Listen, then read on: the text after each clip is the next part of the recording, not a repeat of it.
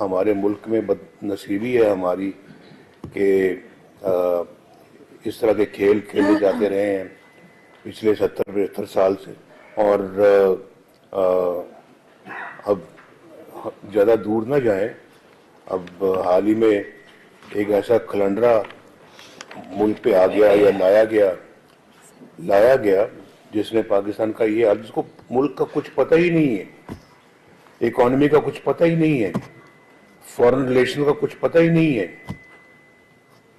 معاشرے کی کوئی خبر ہی نہیں ہے, اخلاقیات کا کچھ پتہ ہی نہیں ہے, اچھا معاشرہ کس کو کہتے ہیں اس کا پتہ ہی نہیں ہے.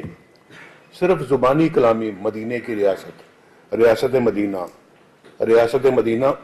لیکن ریاست مدینہ میں کیا ہوتا تھا اس کی کچھ خبر ہی نہیں ہے. ریاست مدینہ میں کیا سکھاتی اس کی کچھ پتہ ہی نہیں ہے. وہ دور دور تک کچھ اندازہ نہیں ہے کہ وہ کیا تھی ریاست مدینہ. اور اس میں اپنے سیاست کو چمکانے کے لیے اور دوسروں کو نیچا دکھانے کے لیے ریاست مدینہ, اور پھر ریاست مدینہ کا نام لیتے لیتے نہ تھکنے والے کا ابھی آپ سن رہے ہیں سارے قصے اور کہانیاں اس کی.